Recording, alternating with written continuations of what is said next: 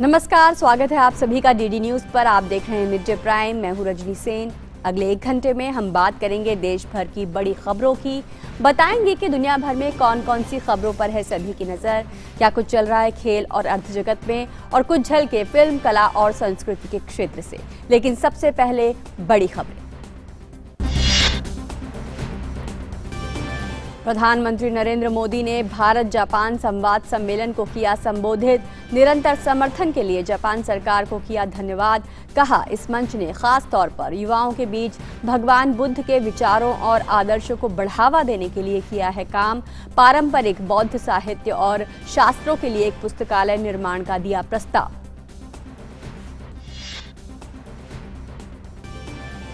प्रधानमंत्री नरेंद्र मोदी और वियतनाम के प्रधानमंत्री के बीच होगी आज वर्चुअल शिखर बैठक। दोनों नेता द्विपक्षीय, क्षेत्रीय और वैश्विक मुद्दों पर विचारों का करेंगे आदान प्रदान। केंद्र सरकार ने की किसानों के साथ एक बार फिर वार्ता की पेशकश। किसान यूनियन के एक पत्र के जवाब में कृषि मंत्रालय ने कहा, सरकार किसानों के सभी मुद्दों के समाधान के लिए प्रयासरत। केंद्रीय मंत्री जावड़ेकर ने कहा, मोदी सरकार 2014 से लगातार किसानों के लिए कर रही है काम। कहा, सरकार के इन कदमों से किसान होगा समृद्ध, होगी कृषि क्षेत्र में बढ़ोतरी। केंद्रीय स्वास्थ्य मंत्री डॉक्टर हर्षवर्धन ने कहा, यूके में कोरोना के नए स्ट्रेन से घबराने की जरूरत नहीं, सरकार पूरी तरह से सतर्क। कहा, कोरोना का सबसे बुरा दौर संभवतः बीता। डॉक्टर हर्षवर्धन ने कहा, जनवरी के किसी भी सप्ताह में हो सकती है भारत में कोविड टीकाकरण की शुरुआत। गुवाहाटी में आज 4 प्रतिबंधित गुटों के 63 उग्रवादी करेंगे आत्मसमर्पण। इससे पहले जनवरी में विभिन्न गुटों के 644 उग्रवादियों ने सौंपे थे हथियार।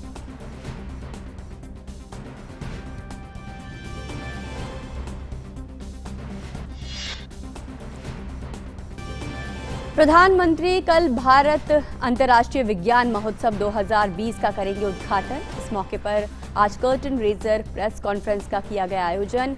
इस बार की theme science for self reliant India and global welfare.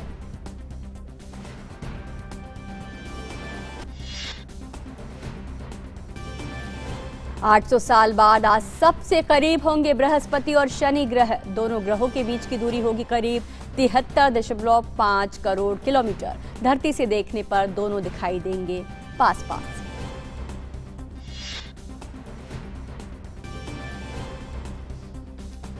और अंतर्राष्ट्रीय खबरों में, अमेरिका में नवनिर्वाचित राष्ट्रपति जो बाइडेन और उनकी पत्नी को लगेगी कोरोना वायरस वैक्सीन। उपराष्ट्रपति कमला हैरिस और उनके पति को अगले हफ्ते मिलेगा शॉट।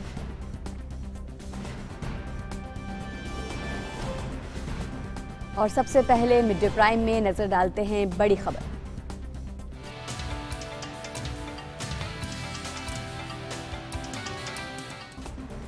प्रधानमंत्री नरेंद्र मोदी ने आज भारत जापान संवाद को संबोधित किया। इस संवाद को निरंतर समर्थन देने के लिए जापान सरकार का धन्यवाद करते हुए प्रधानमंत्री ने कहा कि इस मंच ने खास तौर पर युवाओं के बीच भगवान बुद्ध के विचारों और आदर्शों को बढ़ावा देने के लिए बहुत काम किया है। प्रधानमंत्री ने पारंपरिक बौद्ध साहित्य और शास्त्रों के लिए एक पुस्तकालय निर्माण का भी प्रस्ताव दिया है।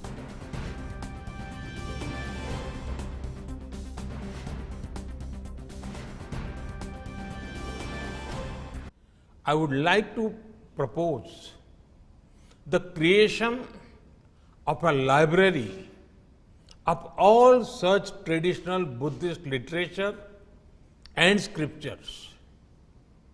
We will be happy to create such a facility in India and will provide appropriate resources for it. The library will collect digital copies of all such Buddhist literature from different countries. It will aim to translate them and make them freely available to all monks and scholars of Buddhism.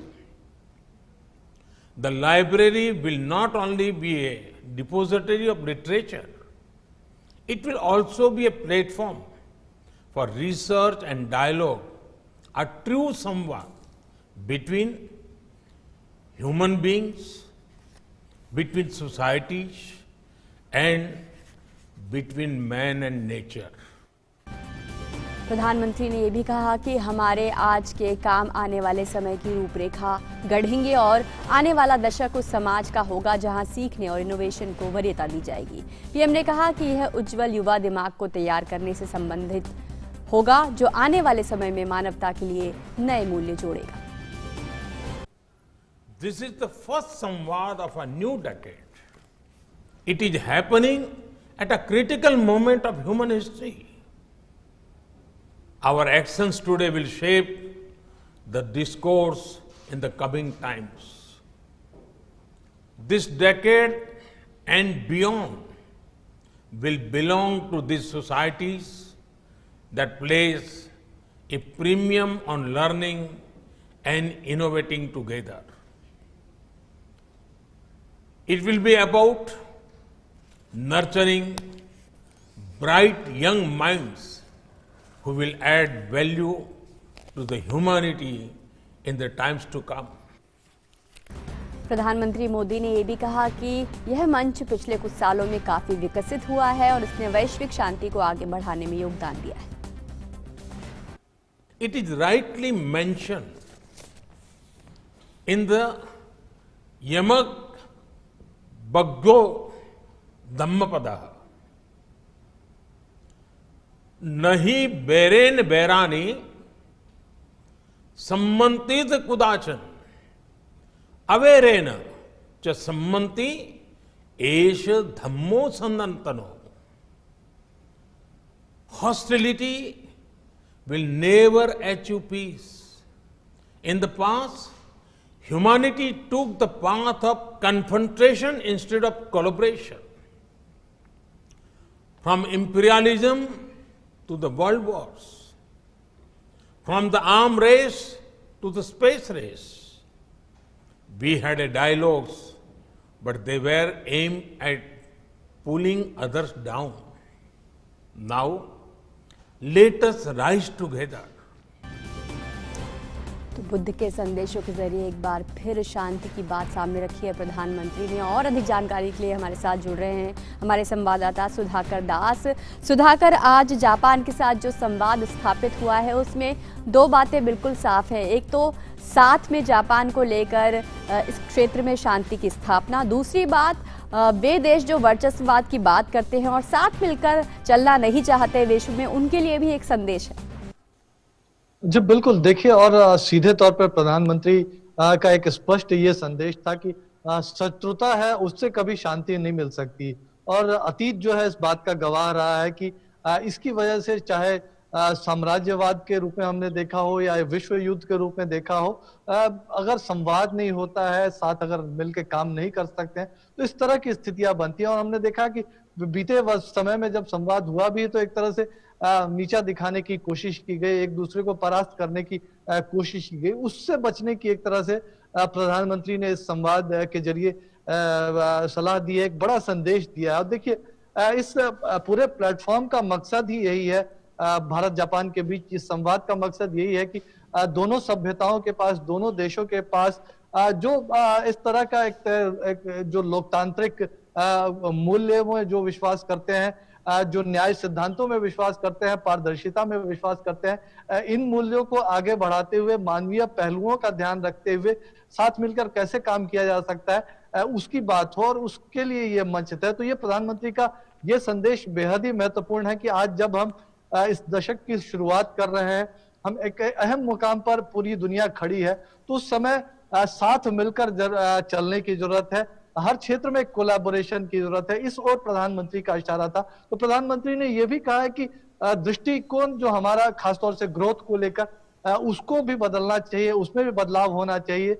दृष्टिकोण सिर्फ ये कुछ देशों के बीच growth की बात या विकास की बात नहीं होनी चाहिए, या कुछ देशों की वजह से इस ग्रोथ पर असर नहीं पड़ना चाहिए, बल्कि इसका एजेंडा बड़ा होना चाहिए, इसमें ज्यादा से ज्यादा देश शामिल हो, इस तरह की व्यवस्था होनी चाहिए। और एक तरह से मानव केंद्रित विकास की जो अवधारणा है उस पर बहुत ज्यादा फोकस करना होगा। तो मौजूदा समय की चुनौतियों से हमको निपटना है, तो निश्चित तौर पर बहुत अहम संदेश। और इसमें महात्मा बुद्ध के विचारों को आगे बढ़ाने से इन तमाम लक्ष्यों को पाने में आसानी होगी, सुविधा हासिल होगी। बिल्कुल।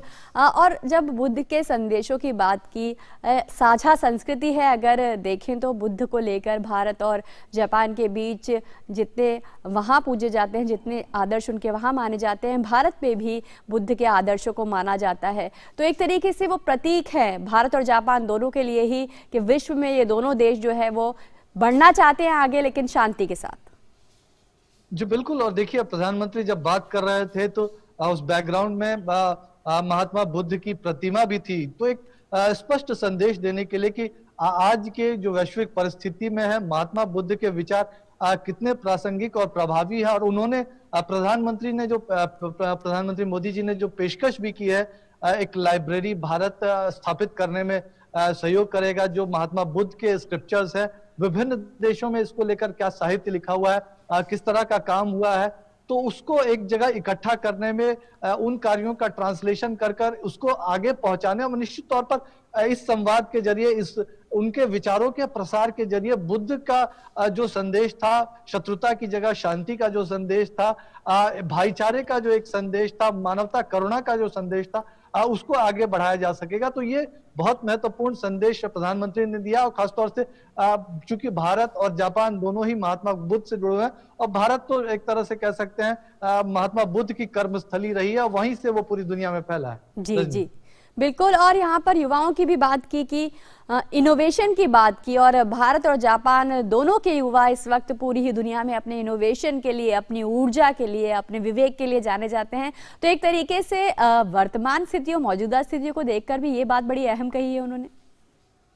जी बिल्कुल। देखिए, और उन्होंने दो चीजों पर जोर दिया है, एक तो इनोवेशन और दूसरा लर्निंग, और एक तरह से युवाओं का आह्वान भी किया है। और ये बात भी साथ में कहा कि जो ओपन सोसाइटीज होती है, जो एक तरह से खुले दिल वाली सोसाइटी होती है, जो लोकतांत्रिक मूल्य में जो लोग विश्वास करते हैं, उनको खासतौर से इनोवेशन, लर्निंग, इस तरह की तमाम चीजों को आगे बढ़ावा देना चाहिए। और एक तरह से जो दुनिया की मौजूदा समस्याएं हैं, उनको हल करने के लिए ब्रॉड माइंडेड होना, बड़े दिल वाला होना जरूरी है। तो इस ओर भी प्रधानमंत्री ने ध्यान दिलाया। तो बहुत ये महत्वपूर्ण संदेश। और निश्चित तौर पर देखिए, 5 साल हो गए इस संवाद का, और निश्चित तौर पर एक बड़ा और गहरा असर इस संवाद का हो रहा है। और जिस तरह का कम्युनिकेशन हम लगातार देख रहे हैं एशिया के देशों के बीच, और इस कम्युनिकेशन का फायदा पूरी दुनिया को भी मिलने वाला है। लेकिन निश्चित तौर पर वो ताकतें जो विस्तारवादी ताकतें हैं, वो ताकतें जिन्होंने अभी भी शत्रुता का या फिर एक तरह से कन्फ्रंटेशन का रवैया अपनाया हुआ है, उनके लिए भी एक संदेश है कि ये जो मार्ग है, उसके जरिए आप कल्याण नहीं कर सकते हैं मानवता का। अगर कल्याण करना है मानवता का, तो बुद्ध के बताए हुए रास्ते पर, भागीदारी के रास्ते पर, मानव केंद्रित विकास के रास्ते पर ही उस मानव का कल्याण या अपनी जनता का भी कल्याण किया जा सकता है। बिल्कुल, निश्चित तौर पर बुद्ध मुस्कुराएंगे तभी विश्व मुस्कुराएगा, और विश्व शांति से ही बुद्ध मुस्कुराएंगे। बहुत बहुत शुक्रिया फिलहाल सुधाकर आपका, लेकिन आप हमारे साथ बने रहिए। अगली खबर की तरफ हम रुख कर रहे हैं, जो है वियतनाम और भारत से जुड़ी हुई। प्रधानमंत्री नरेंद्र मोदी वियतनाम के प्रधानमंत्री न्युयन युआन फुक के साथ आज वर्चुअल शिखर बैठक करेंगे। बैठक के दौरान दोनों ही नेता आपसी, क्षेत्रीय और वैश्विक मुद्दों पर विस्तार से विचार विमर्श करेंगे और भविष्य में भारत वियतनाम व्यापक सामरिक भागीदारी को आगे ले जाने के लिए दिशा निर्देश देंगे। वर्ष 2020 में दोनों ही देशों के बीच उच्च स्तरीय विचार विमर्श जारी रहा। वियतनाम की उपराष्ट्रपति इस साल फरवरी में सरकारी दौरे पर भारत आई थी। दोनों प्रधानमंत्रियों ने इस वर्ष 13 अप्रैल को टेलीफोन पर बातचीत की थी, जिसमें कोविड-19 महामारी से उत्पन्न स्थिति पर चर्चा हुई थी। 25 अगस्त 2020 को दोनों देशों के विदेश मंत्रियों की सह अध्यक्षता वाली संयुक्त आयोग की बैठक वर्चुअल रूप में इसके 17वें संस्करण का आयोजन किया गया था। 27 नवंबर 2020 को रक्षा मंत्री ने अपने समकक्ष के साथ एक ऑनलाइन बैठक की थी। और एक बार फिर से सुधाकर दास हमारे साथ जुड़ रहे हैं। सुधाकर, वियतनाम के साथ संवाद का एक ताज़ा मंच तैयार हुआ है, जिस पर दोनों देशों के बीच कई मुद्दों पर द्विपक्षीय चर्चा होगी। अगर बात करें तो फिलहाल दोनों ही देशों की हिंद प्रशांत महासागर में एक दुखती रग है, जिससे दोनों ही लड़ना चाहते हैं, पार पाना चाहते हैं। जी बिल्कुल बिल्कुल। देखिए खासतौर से अगर पूर्वी एशिया की बात की जाए तो वियतनाम भारत का बहुत ही भरोसेमंद साथी है।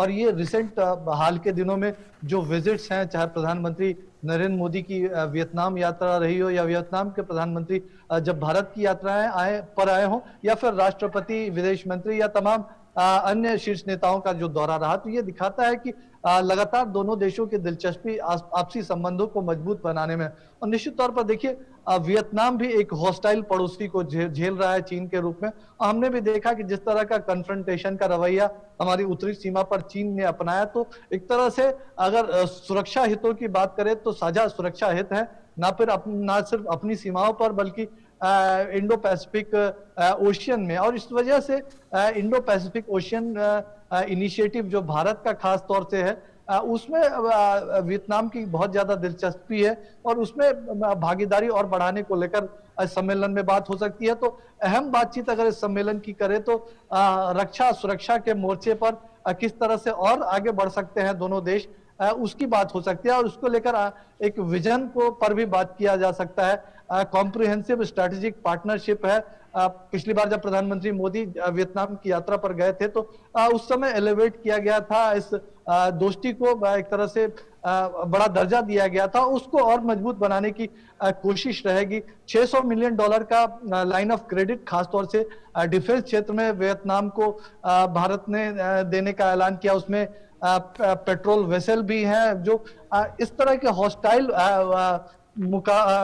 क्षेत्र में हॉस्टाइल अगर पड़ोसी हो तो वहां उसकी रक्षा सुरक्षा में काम आ सकते हैं। तो एक तरह से ये रक्षा सुरक्षा की भागीदारी को और भी मंचों पर ले जाने की कोशिश जरूर रहेगी। देखिए ये 10वीं बार होगा जब वर्चुअल तरीके से किसी देश के साथ प्रधानमंत्री मोदी किसी देश के शीर्ष नेता के साथ बातचीत करेंगे। और एक तरह से कोरोना महामारी के बावजूद भी प्रधानमंत्री मोदी ने ये जो संवाद का डायलॉग का सिलसिला है शीर्ष स्तर पर उसको बनाए रखा और इससे एक गतिशीलता भारतीय विदेश नीति में भी आ गई है। तो ये भी बेहद ही महत्वपूर्ण पहलू है। हमें आज सूत्रों से जानकारी ये भी मिल रही है कि इस शिखर सम्मेलन के बाद कई अहम समझौतों पर भी हस्ताक्षर हो सकते हैं, जिसमें रक्षा सुरक्षा के अलावा एनर्जी, ट्रेड, हेल्थ, इस तरह के क्षेत्रों में समझौते की गुंजाइश। जी बिल्कुल, निश्चित तौर पर बेहद अहम संवाद है दोनों ही देशों के बीच और इस पर नजर रहेगी। बहुत बहुत शुक्रिया आपका सुधाकर इन दोनों विषयों पर जानकारी के लिए। और मिड प्राइम में अब बात करते हैं ताजा खबर की।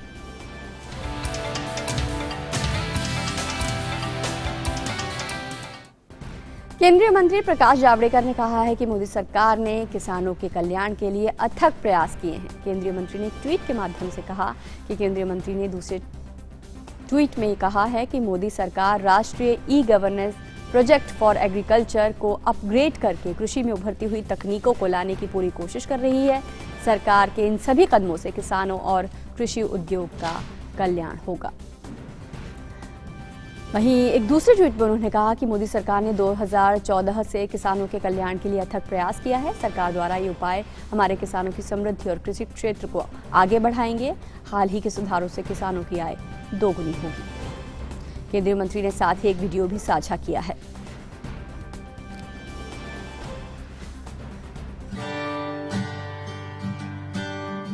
सरकार ने किसानों के हित में लिए गए फैसलों पर अन्नदाता के हितों को समर्पित मोदी सरकार नामक एक लघु पुस्तिका जारी की है। इस लघु पुस्तिका को अभी हिंदी, अंग्रेजी और पंजाबी में प्रकाशित किया गया है।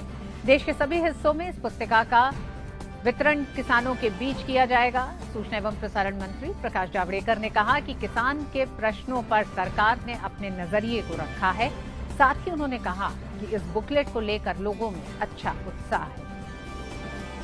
अन्नदाता नाम से जो बुकलेट सरकार की तरफ से हुई है, उसमें गुजरात के मुख्यमंत्री रहते प्रधानमंत्री जी ने किसान की दृष्टि कैसे रखी किसान के प्रश्नों पर, और पानी, बीमा और सब में जिस तरह से काम किया, और अभी प्रधानमंत्री बनने के बाद सॉइल हेल्थ कार्ड से लेकर नीम कोटिंग यूरिया से लेकर फसल बीमा योजना से लेकर किसान सम्मान निधि से लेकर एमएसपी में जो कॉस्ट प्लस 50% का ऐतिहासिक फैसला किया, ये सब निर्णय उसमें है।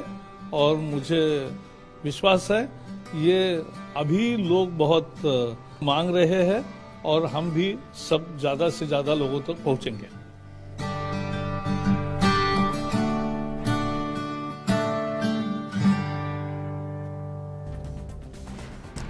और केंद्र सरकार ने आंदोलनकारी किसान संगठनों से कहा है कि नए कृषि कानूनों में संशोधन के अपने पहले प्रस्ताव पर अपनी चिंताओं को रेखांकित कर अगले दौर की वार्ता के लिए एक सुविधाजनक तारीख चुने। क्रांतिकारी किसान यूनियन के पंजाब प्रदेश अध्यक्ष दर्शन पाल को लिखे 5 पन्नों के पत्र में कृषि मंत्रालय के संयुक्त सचिव विवेक अग्रवाल ने कहा है कि सरकार खुले मन से पूरी संवेदना के साथ किसानों के सभी मुद्दों के समाधान के लिए प्रयासरत है। उन्होंने ये भी कहा कि सरकार किसानों के मुद्दों के समाधान के लिए अगली बैठक विज्ञान भवन में करने को इच्छुक है ताकि चल रहा आंदोलन जल्द से जल्द समाप्त हो सके। संयुक्त सचिव ने यह भी कहा कि सरकार की ओर से किसानों को भेजे गए प्रस्ताव के मसौदे में सरकार ने वर्तमान न्यूनतम समर्थन मूल्य पर खरीद की प्रक्रिया को जारी रखने के मुद्दे पर लिखित आश्वासन देने के अलावा कम से कम 7 मुद्दों पर संशोधन लाने का प्रस्ताव दिया है। दिल्ली के विभिन्न सीमाओं पर पिछले 3 सप्ताह से धरने पर बैठे किसानों और सरकार के बीच पिछले 5 दौर की बातचीत बेनतीजा निकली है। और ये अहम खत है जो क्रांतिकारी किसान संगठन के पंजाब प्रदेश अध्यक्ष को लिखा गया है। सरकार ने अपील की है कि एक सुविधाजनक तारीख चुने।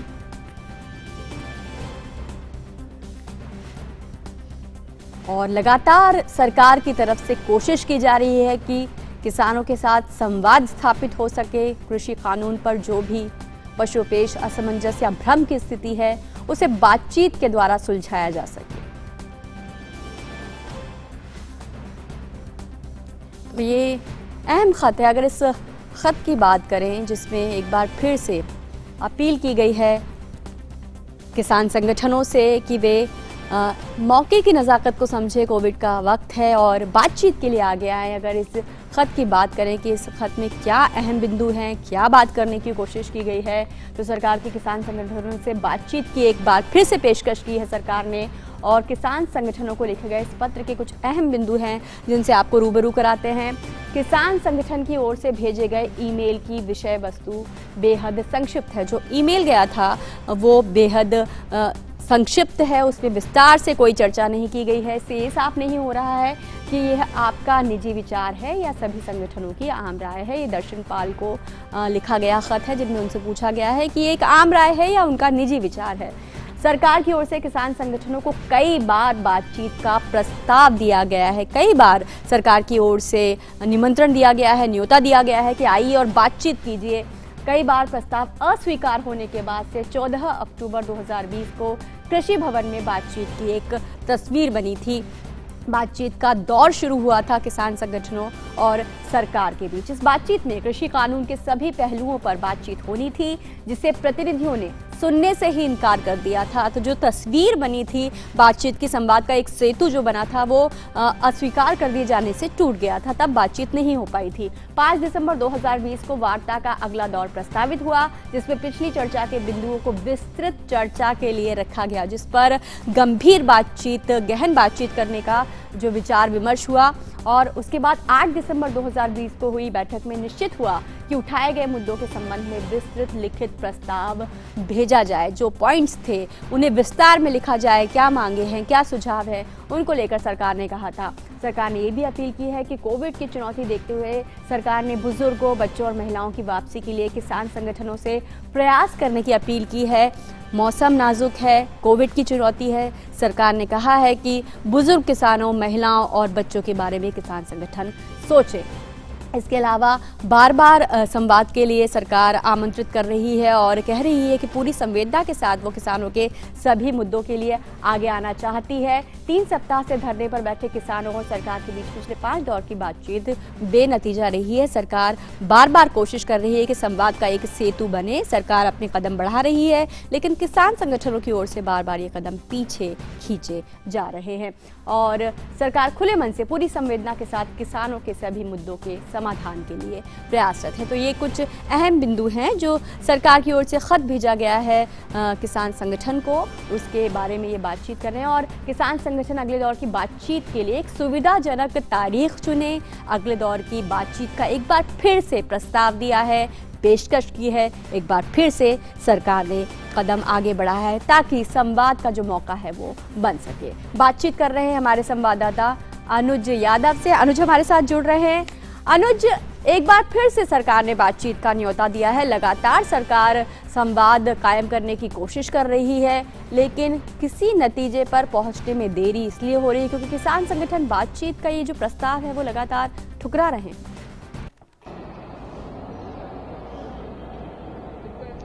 देखिए रजनी, अभी तक की एक ताजा और बड़ी खबर ये है कि जो सरकार की तरफ से बातचीत का जो आग्रह पत्र कल किसानों को दिया गया था, उस पर किसान के जितने भी संगठन हैं वो अब दोपहर 2 बजे के बाद आपस में मिल बैठ के बातचीत करेंगे और कोई फैसला लेंगे कि बातचीत कहां करनी है, किस समय करनी है, और एक तरीके से इस सरकार के पत्र का वो जवाब भी देंगे। तो कुल मिलाकर जिस तरीके से एक संवाद की फिर से शुरुआत की गई है, हालांकि सरकार की तरफ से तो कई बार बातचीत का प्रस्ताव किसानों को दिया गया, लेकिन किसानों की तरफ से ही उसको इनकार किया गया है। अब एक बार फिर से सरकार ने कहा है कि आइए, सरकार के दरवाजे हमेशा खुले हुए हैं और सरकार के साथ जो भी जिन बिंदुओं पर भी किसान बातचीत करना चाहते हैं, जिन बिंदुओं को कानून के जिन प्रावधानों पर बातचीत करना चाहते हैं, सरकार सभी पर बातचीत करने के लिए तैयार है। दूसरी सबसे बड़ी बात है कि सरकार इस बात का पहले भी आश्वासन दे चुकी है, एक बार फिर से पत्र के माध्यम से कहा है कि एमएसपी को लेकर जो भी आशंका किसानों के मन में है उसको दूर करते हुए साफ कहा है कि एमएसपी, अनाज मंडी, एपीएमसी एक्ट हमेशा बना रहेगा, वो खत्म नहीं होगा और सरकार इस पर लिखित आश्वासन देने को भी तैयार है। दूसरी बात है, जो किसानों की तरफ से 12 बिंदु उठाए गए थे, उन बिंदुओं में से 9 ऐसे बिंदु हैं जिस पर सरकार संशोधन करने को तैयार है। तो कुल मिलाकर जिस तरीके से सरकार का रुख देखा जाए तो वो निश्चित तौर पर बातचीत के माध्यम से ये जो एक टकराव की स्थिति बनी है, गतिरोध बना हुआ है, सरकार इसके लिए लगातार प्रयासरत है। लेकिन जिस तरह की बातें किसानों के सामने आ रही हैं, वो अपनी एक जिद पर अड़े हुए हैं और इस तरह की अपील बार बार सरकार से की जा रही है कि किसान अपनी जिद पर ना अड़कर सरकार के साथ कानून के प्रावधानों पर बात करें। जी अनुज, और सरकार ने जो खत लिखा है उसमें साफ अपील की है कि आप वक्त की नज़ाकत को देखिए, आपके साथ बुजुर्ग हैं, बच्चे हैं, कोविड का वक्त है, उसके चलते अगर बातचीत का मौका नहीं मिलेगा, बातचीत आगे नहीं बढ़ेगी तो समस्या का समाधान नहीं निकलेगा। देखिए, सही बात यह है कि सरकार जो है, किसानों के जो आंदोलन चल रहा है उसके साथ साथ सरकार को यह भी चिंता है, क्योंकि वहां पे जो लोग बैठे हैं, किसान बैठे हैं, वो बुजुर्ग हैं, वहां पर महिलाएं भी हैं, बच्चे भी हैं, और क्योंकि इस समय लगातार जो तापमान है वो बहुत नीचे जा रहा है। रात का तापमान की बात करूं तो 4 से 5 डिग्री जाता है। देश के अंदर जो कोरोना की एक महामारी है वो यहां पर इस समय देश के अंदर चल रही है। ऐसे में सरकार ने, देखिए, उनके आंदोलन के साथ साथ ये चिंता जाहिर की है कि हमें आप लोगों की चिंता है, आप आंदोलन को खत्म कीजिए। जो बुजुर्ग लोग हैं, जिनकी उम्र ज्यादा है, उनको आप घर भेजिए, बच्चों को घर भेजिए, और हम आपसे बातचीत करने के लिए तैयार हैं। कानून में जो आप संशोधन कराना चाहते हैं उसके लिए हम तैयार हैं।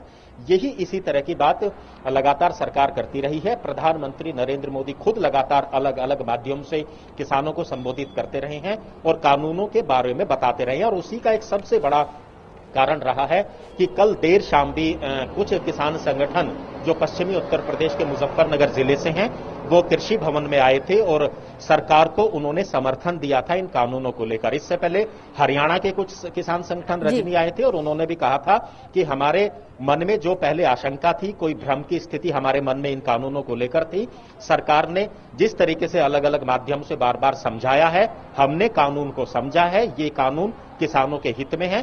लगातार किसानों की तरफ से ऐसे संगठन भी सामने आ रहे हैं जो इन कानूनों का अब समर्थन कर रहे हैं, और उनका साफ कहना है कि पहले जो उनके मन में आशंका थी अब वो नहीं है। और सरकार भी लगातार ये कह रही है कि देश के जो छोटे और मझोले किसान हैं, देश के अंदर उनकी संख्या करीब करीब 86% किसान है। ये जो कानून है सबसे ज्यादा फायदा उन छोटे किसानों को भी देगा। ये कानून सिर्फ हरियाणा और पंजाब के किसानों के लिए नहीं है। इस बात को जो आंदोलनकारी किसान है, इस बात को समझना चाहिए कि उनके जो छोटे भाई हैं, छोटे किसान हैं, आने वाले समय में एक क्रांतिकारी बदलाव इन कानूनों के माध्यम से कृषि और किसानों में आएगा।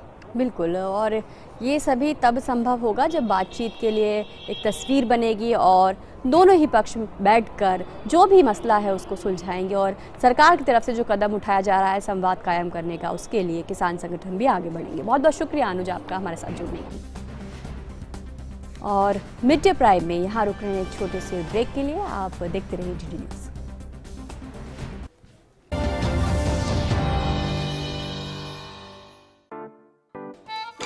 9 to 5 जॉब, अरे 5 to 9 जॉब, भाग दौड़ all the time job, the roaming वाला जॉब, द डेडलाइन वाला जॉब, और are you living in the market वाला जॉब। जिंदगी में मौके ही मौके हैं। अपनी मर्जी से जॉब चुनिए, अपनी इच्छा अनुसार कमाइए, बन जाइए LIC एजेंट। ये है जॉब से बढ़कर, ये है करियर इंश्योरेंस। अपना बॉस खुद बनिए, बन जाइए LIC एजेंट। अब लाइफ सेट है।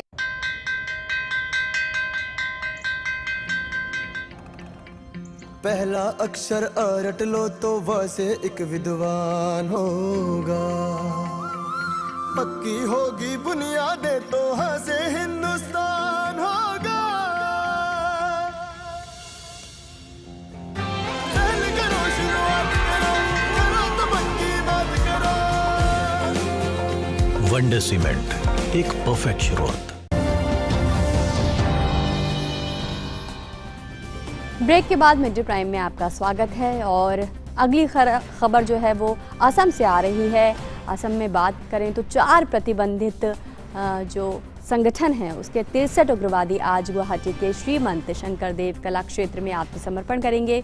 उग्रवादी 4 संगठनों उल्फा, PDC के, DNLA और UPLF के हैं जो असम के मुख्यमंत्री सर्बानंद सोनोवाल की मौजूदगी में आत्मसमर्पण करेंगे। इससे पहले इस साल जनवरी में विभिन्न उग्रवादी संगठनों से संबंधित कुल 644 उग्रवादियों ने Guwahati medical college and hospital सभागार में एक समारोह में आत्मसमर्पण किया था। तो एक बड़ी कामयाबी है सरकार के लिए। जो उग्रवादी संगठन है उसके सदस्य बड़ी संख्या में लगातार आत्मसमर्पण कर रहे हैं, हथियार डाल रहे हैं और मुख्य धारा से जुड़ने की कोशिश कर रहे हैं। हमारे साथ मृदुस्मिता जुड़ रही हैं गुवाहाटी से। मृदुस्मिता, इस साल जनवरी में भी एक बड़ी संख्या में उग्रवादी संगठनों के सदस्यों ने हथियार डाले थे सरकार के सामने और उसके बाद लगातार से कोशिश चल रही थी कि और भी लोग सामने आए जो उग्रवादी संगठनों से जुड़े हुए हैं। तो एक बार फिर से एक बड़ी कामयाबी है सरकार के लिए। जी ऑफ कोर्स रजनी, ये बहुत बड़ी कामयाबी है जो सरकार की तरफ से है और जो सिक्योरिटी फोर्सेस है, आर्मी है और यहाँ के जो असम पुलिस अलॉन्ग विद, क्योंकि जो बॉर्डर एरियाज में यूजुअली जो मिलिटेंट ग्रुप्स अपना कैंप लगाते हैं, तो मेघालय पुलिस ने भी काफी हेल्प किया इस पूरे जो सरेंडर जो प्रोसेस है उसमें। और जो कि 63 जो मिलिटेंट ग्रुप के लोग हैं वो यहाँ पे एकत्रित हुए हैं। कोलाखेत्रो जो असम का कोलाखेत्रो एक जो यहाँ पे ऑडिटोरियम है, तो फिलहाल मैं दिखाना चाहूंगी जो ये लोग यहाँ पे आए हैं और आके यहाँ पे अपना रजिस्ट्रेशन कर रहे हैं। हालांकि जो चीफ मिनिस्टर सर्बानंद सोनोवाल वो 3 बजे यहाँ पे पहुंचने की संभावना है और वो खुद उनको और जितने भी मिलिटेंट्स यहाँ पे आर्म्स सरेंडर कर रहे हैं वो उनको खुद अपने तरफ से उनको स्वागत करेंगे, क्योंकि जो मेन स्ट्रीम वो लोग वापस ज्वाइन करने के लिए आए हैं।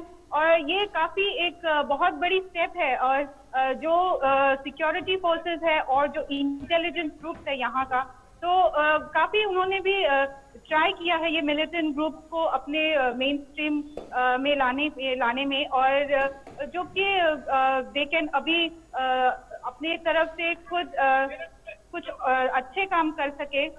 हालांकि वो लोग पहले जो अपना आर्म्स लेते थे और फिलहाल क्योंकि वो सरेंडर करेंगे, तो अब एक बहुत अच्छी स्टेप है और ये काफी पॉजिटिव है एटलीस्ट नॉर्थ ईस्ट में, क्योंकि ये काफी एक प्रॉब्लम रही है काफी टाइम से। तो ये एक बहुत बड़ी अच्छी खबर है। जी बिल्कुल बिल्कुल मधुस्मिता, एक लंबा दौर देखा है असम ने उथल पुथल का, और इस उथल पुथल के कारण, इस अराजकता के कारण, राजनीतिक स्थायित्व के कारण विकास लाने में भी बड़ी मुश्किलें और अड़चनें आती रही हैं। लेकिन एक तरीके से अब लग रहा है कि लोग भी समझ रहे हैं कि स्थायित्व का क्या अर्थ है और मुख्य धारा से जुड़कर उनका भी भला होगा। जी जी रजनी, और क्योंकि काफी ये जो मिलिटेंट ग्रुप है वो काफी यूथ है और बहुत मतलब अभी भी वो लोग पढ़ रहे थे या अपनी पढ़ाई छोड़ के शायद जो डिफरेंट मिलिटेंट ग्रुप है वो ज्वाइन किए होंगे। तो अगर क्योंकि अब जो वो लोग अपनी आर्म्स को सरेंडर किए हैं, वो अब वापस से अपनी जो जिंदगी है वो नई सिरे से स्टार्ट कर सकेंगे। क्योंकि अभी फिलहाल जो इंडिया का जो यूथ कल्चर है, यूथ के लिए प्रधानमंत्री जी और जो सरकार काफी स्कीम स्टार्ट कर रहे हैं, तो इन लोगों के लिए भी काफी एक अपॉर्चुनिटी रहेगी कि वो खुद अपनी तरफ से कुछ अच्छा करे और देश का भी भला हो इससे। रजनी, बिल्कुल, तो निश्चित तौर पर ये वाकई में एक कामयाबी का कदम है सरकार के लिए, जहां पिछले साल इसी साल के शुरुआत में बड़ी तादाद में जो है वो मुख्य धारा से जुड़े थे लोग, और अब फिर आज 63 जो है उग्रवादी संगठनों के सदस्य आत्मसमर्पण करेंगे। बहुत बहुत शुक्रिया मधुस्मिता आपका इस तमाम जानकारी के लिए। और मिड डे प्राइम में अब नजर डालते हैं अन्य राष्ट्रीय खबरों पर।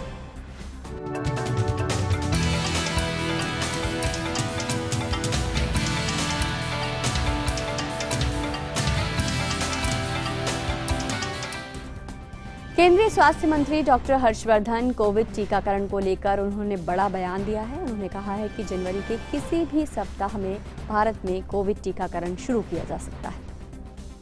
जनवरी के महीने में भी कभी किसी भी स्टेज पे किसी भी सप्ताह में ऐसा समय आ सकता है जब हम भारत के लोगों को पहला जो वैक्सीन का शॉट है वो देने की स्थिति में आ जाए। और स्वास्थ्य मंत्री ने कहा कि कोरोना का सबसे बुरा दौर संभवतः बीत चुका है, लेकिन सतर्कता जरूरी है। I feel that the worst may probably be over, but with a strong, you see, note around caution that we need to be very, very strictly following the COVID appropriate behavior. We cannot afford to relax on that front. So the major tool against COVID for achieving success in this fight will ultimately be this mask and of course hand hygiene and the physical distance that we are all supposed to follow. स्वास्थ्य मंत्री ने कहा है कि हर दिन corona से ठीक होने वाले मरीजों की संख्या में लगातार इजाफा हो रहा है। गौरतलब है कि दुनिया में सबसे ज्यादा रिकवरी रेट भारत में ही है। I think things are significantly in a declining phase. I say that because right now you have just about 3 lakh active cases in the country. A few months back you had almost 10 lakh cases.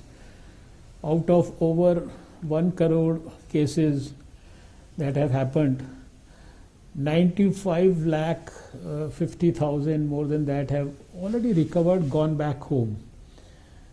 We are having the highest recovery rate in the whole world between 95 and 96. और corona के खिलाफ जारी जंग में पिछले 24 घंटों में देश भर में 25,709 कोरोना मरीजों ने संक्रमण को मात दी है।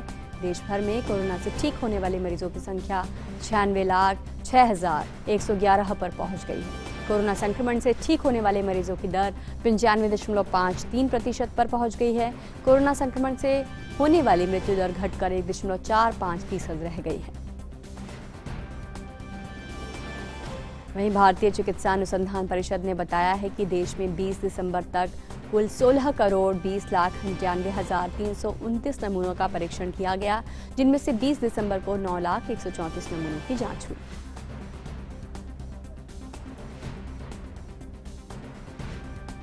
और प्रधानमंत्री नरेंद्र मोदी कल से 25 दिसंबर तक भारत में होने वाले अंतर्राष्ट्रीय विज्ञान समारोह India international science festival IISF का उद्घाटन करेंगे।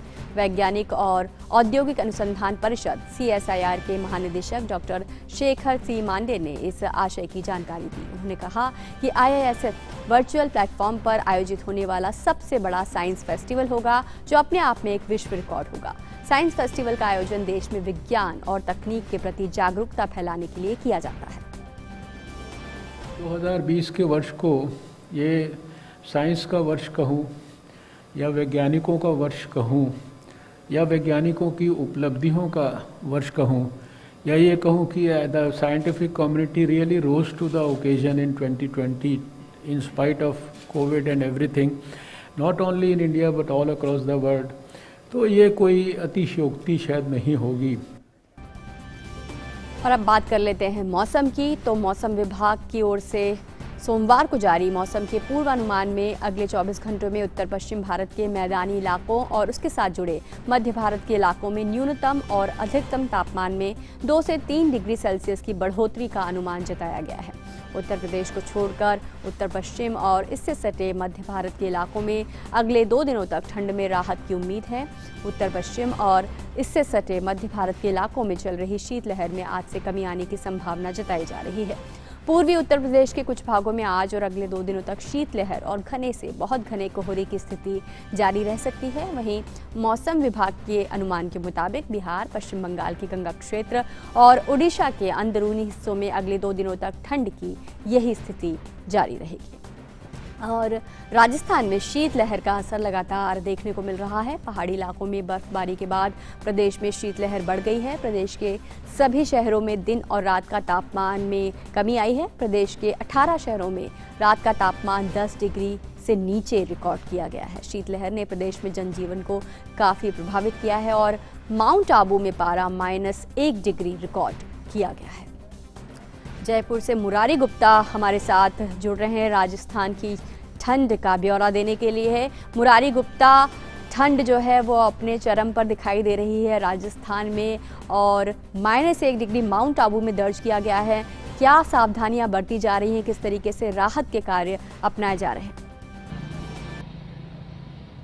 रजनी, बिल्कुल जैसा आपने कहा कि इस रविवार से निश्चित रूप से थोड़ा सा जो तापमान में उसमें बढ़ोतरी हुई है, उससे थोड़ा सा लोगों को राहत जरूर मिली है। लेकिन अगर पिछले सप्ताह की बात करें तो लगातार जो रात का तापमान है वो 10 डिग्री से नीचे लगातार बना रहा है, जिससे लोगों को काफ़ी जो जनजीवन है बहुत प्रभावित रहा है। जहाँ तक माउंट आबू की बात है, वहाँ कई दिनों से लगातार माइनस में टेम्परेचर बना हुआ। आज भी लगभग -1 डिग्री से कम, लगभग -1.5 डिग्री टेम्परेचर बना हुआ है। तो लेकिन इसके बावजूद एक अच्छी बात यह है रजनी कि लोग लगातार इन स्थानों पर घूमने के लिए निकल रहे हैं। मैं जहाँ खड़ा हूँ, ये जवाहर सर्किल का एरिया है, यहाँ भी आप बड़ी संख्या में लोग जो स्थानीय यात्री हैं वो आए हुए हैं और अब धूप का आनंद ले रहे हैं और घूम रहे हैं। हालांकि ये जो सुबह का घूमने का जो दौर है लोगों का, वो उसका समय थोड़ा बड़ा है, लोग देरी से आने लगे हैं, लेकिन इसके बावजूद लोग इस धूप का आनंद ले रहे हैं और मौसम का भी पूरा मजा ले रहे हैं। जी बिल्कुल मुरारी, निश्चित तौर पर धूप खिली आपके साथ दिखाई दे रही है, लेकिन कुछ इलाके हैं जहां पर शीतलहर का कहर है। बहुत बहुत शुक्रिया राजस्थान से मौसम का मिजाज हम तक पहुंचाने के लिए। और अब बात एक अद्भुत खगोलीय घटना की। आज इस साल की सबसे लंबी रात होगी, तो दुनिया भर के खगोल विज्ञानियों की नज़रें आकाश पर टिकी होंगी। आज की रात एक विशिष्ट खगोलीय घटना होने जा रही है, जिसमें सौर मंडल के सबसे बड़े 2 ग्रह बृहस्पति यानी जुपिटर और शनि यानी सैटर्न को देखने पर लगेगा कि वे बेहद करीब हैं। बृहस्पति और शनि के इतने पास होने की ये दुर्लभ घटना लगभग 800 साल बाद होने जा रही है। हालांकि खगोल वैज्ञानिकों का कहना है कि अंतरिक्ष में बृहस्पति और शनि वास्तव में एक दूसरे से करोड़ों किलोमीटर दूर होंगे, लेकिन धरती से देखने पर अपनी विशिष्ट स्थिति के कारण वे एक दूसरे के अत्यंत समीप दिखाई देंगे। दोनों ही ग्रहों के मिलने के इस घटनाक्रम को महासंयोजन, ग्रेट कंजंक्शन कहा जा रहा है। 21 दिसंबर को दोनों ही ग्रहों के बीच की दूरी करीब 73.5 करोड़ किलोमीटर होगी। गर्मियों के बाद से ही बृहस्पति और शनि लगातार एक दूसरे के करीब आ रहे हैं। भारत में अधिकतर शहरों में सूर्यास्त के पश्चात इस घटनाक्रम को देखा जा सकता है। खगोल वैज्ञानिकों का कहना है कि 21 दिसंबर के आसपास पश्चिम की ओर क्षितिज के बिल्कुल नीचे 2 ग्रहों को एक दूसरे से मिलते हुए देखा जा सकता है। इस दौरान सौर मंडल का 5वां ग्रह बृहस्पति और 6वां ग्रह शनि 0.1 डिग्री की नज़दीकी में दिखाई देंगे। साल 1623 के करीब 400 साल के बाद ये हमारे सौर मंडल के सबसे बड़े ग्रहों शनि और बृहस्पति का निकटतम संरेखण होगा। वैज्ञानिकों ने इस खगोलीय घटना को खुली आंखों से भी देखा जा सकता है, ऐसा कहा है। हालांकि खगोलविदों का कहना है यह भी है कि टेलीस्कोप के जरिए इस घटनाक्रम का बेहतरीन नज़ारा देखने को मिलेगा।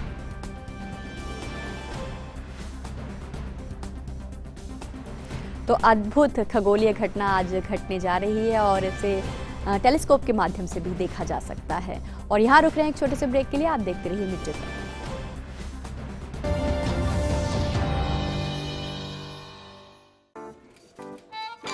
9 to 5 जॉब, अरे 5 to 9 जॉब, भाग दौड़ all the time job, the roaming वाला जॉब, द डेडलाइन वाला जॉब, और are you living in the market वाला जॉब। जिंदगी में मौके ही मौके हैं। अपनी मर्जी से जॉब चुनिए और अपनी इच्छा अनुसार कमाइए। बन जाइए LIC एजेंट। ये है जॉब से बढ़कर, ये है करियर इंश्योरेंस। अपना बॉस खुद बनिए, बन जाइए LIC एजेंट। अब लाइफ सेट है। अरे तुम समझ क्यों नहीं रहे हो यार? क्या हुआ? What happened? आज IT-AT में फैसला हमारे खिलाफ गया।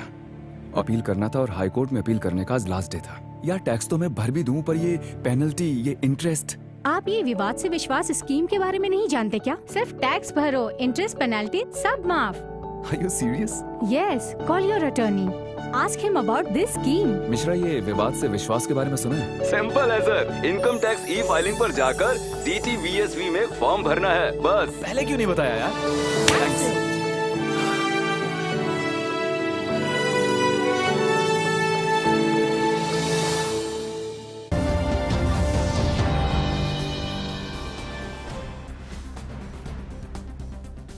ब्रेक के बाद आपका स्वागत है और अब देखते हैं अर्थ जगत से जुड़ी खबरें।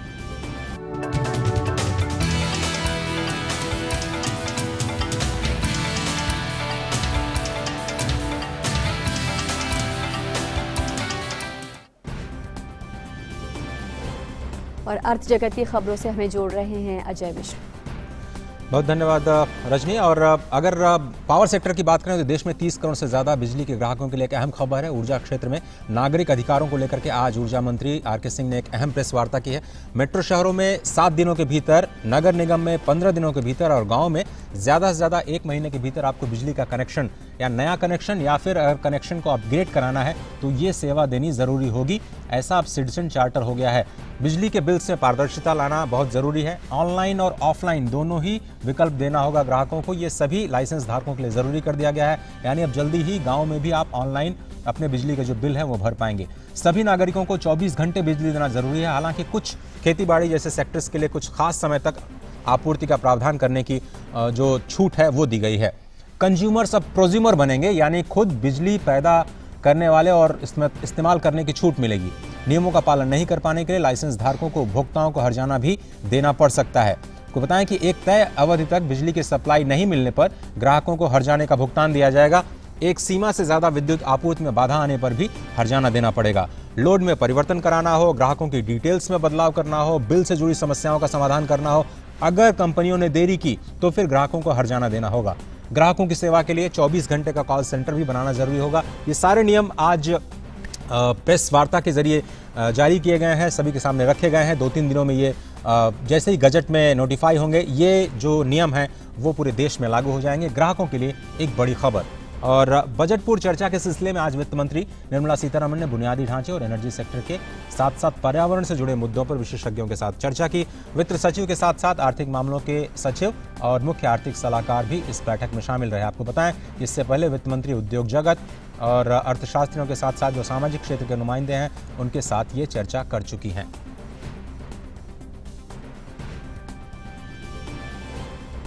शेयर बाजार की बात करते हैं। आज सप्ताह के पहले कारोबारी दिन यानी सोमवार को शेयर बाजार लाल निशान पर खुले। बॉम्बे स्टॉक एक्सचेंज का सेंसेक्स 174 अंक नीचे गिरावट के साथ 46,786 के स्तर पर खुला। वही नेशनल स्टॉक एक्सचेंज का निफ्टी शुरुआत में 56 अंक नीचे 13,704 के स्तर पर कारोबार करता हुआ नजर आया। तो जो लोग मार्केट में एंट्री लेना चाहते हैं उनके लिए एक शायद मौका मिल रहा है। मिड कैप और स्मॉल कैप में अभी भी गिरावट देखी जा रही है। तो फिलहाल व्यापार प्राइम के आज के इस अंक में सिर्फ इतना ही। वापस खबरों के लिए चलते हैं रजनी के पास। धन्यवाद। बहुत बहुत शुक्रिया अजय आपका। और अब बात उन खबरों की जो दुनिया भर में सुर्खियों में छाई हुई हैं।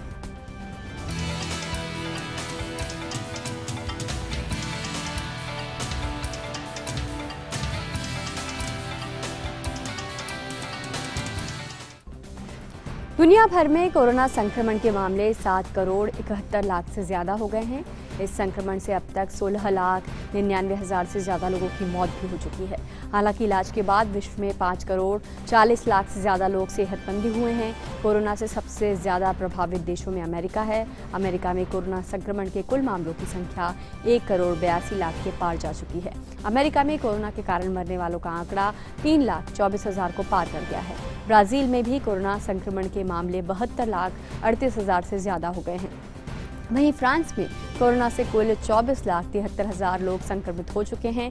स्पेन में करीब 18,17,000 से ज़्यादा संक्रमण के मामले सामने आए हैं। स्पेन में कोरोना के कारण मरने वालों का आंकड़ा 48,000 को पार कर गया है। और अमेरिका में कोरोना महामारी से निपटने के लिए सार्वजनिक टीकाकरण की शुरुआत हो चुकी है। इस कड़ी में आज अमेरिका के नवनिर्वाचित राष्ट्रपति जो बाइडेन और उनकी पत्नी जिल बाइडेन कोरोना का टीका उन्हें लगाया जाएगा। आज उन्हें टीके की पहली खुराक दी जाएगी। निर्वाचित उपराष्ट्रपति कमला हैरिस और उनके पति जग एमहॉफ भी अगले हफ्ते कोरोना की पहली खुराक लेंगे। बाइडेन ने कहा है कि समाज में लोगों के बीच वैक्सीन के प्रति विश्वास पैदा करने और जागरूकता बढ़ाने के लिए सार्वजनिक रूप से वे कोरोना का टीका लगवाएंगे। और मिड डे प्राइम में अब देखते हैं खेल जगत की खबरें।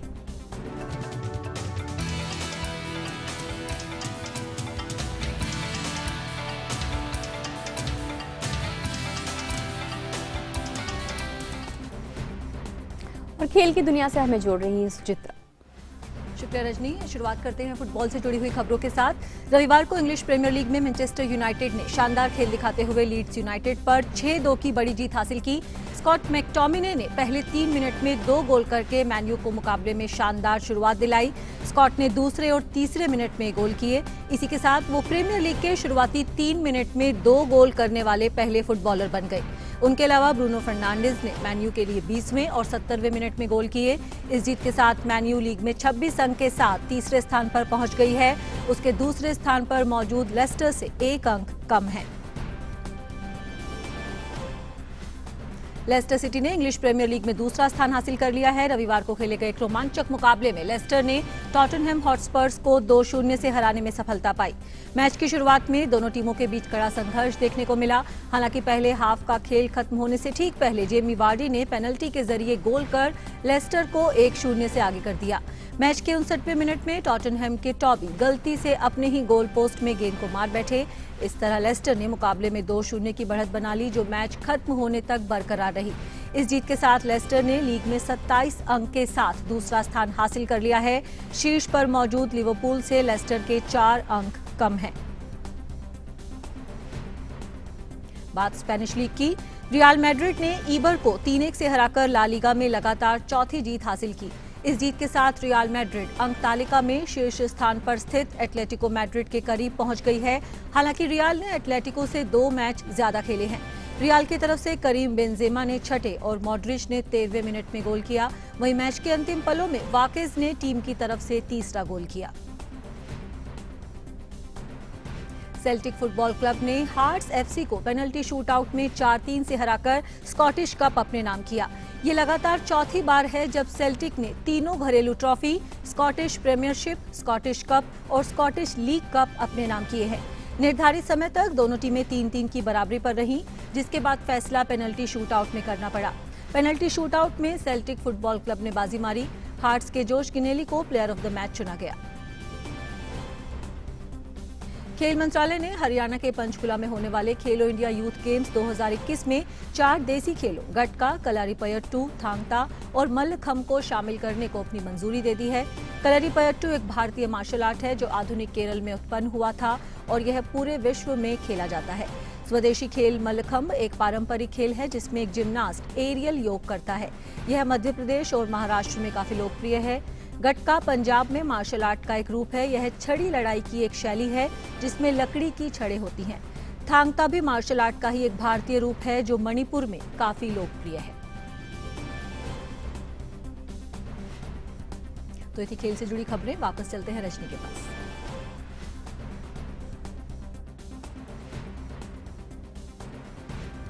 तो मिड डे प्राइम में आज बस इतना ही, लेकिन डीडी न्यूज़ पर खबरों का सिलसिला आगे भी जारी रहेगा। फिलहाल हमें दीजिए आज्ञा। नमस्कार।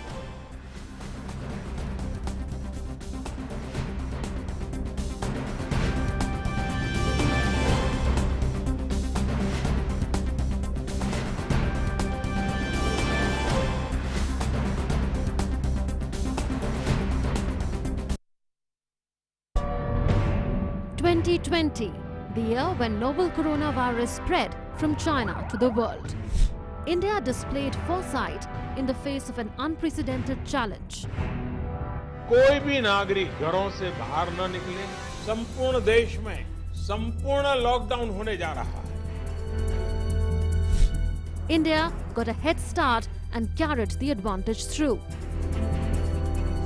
Come 2021, India is set to usher into its largest immunization campaign. Know how India bent the COVID curve in 2020, the COVID Challenge, in Year-Ender program series only on DD India.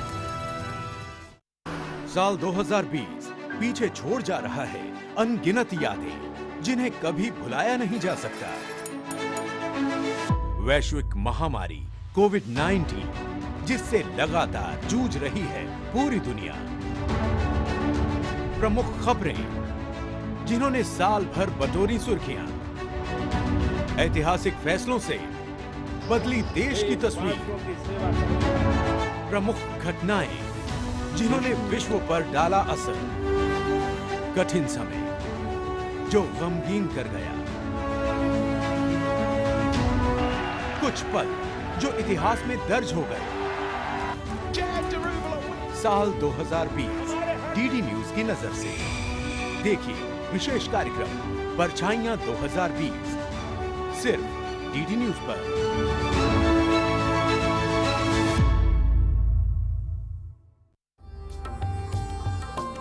This vocal for local should not be misunderstood as closing doors upon the rest of the world. And what is called as Make in India, which is a very important thing, we should take that through.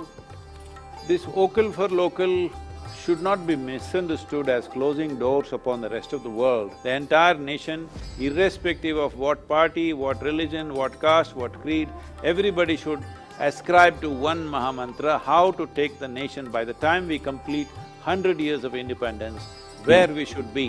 This mantra should go into everybody's head, it's very important.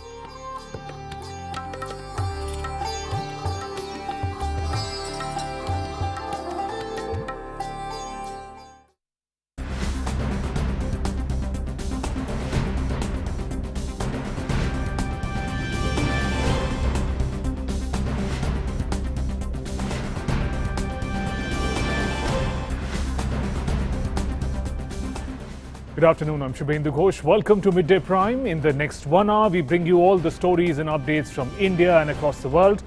Government continues to appeal to farmers to engage in talks to resolve the logjam over the new farm laws.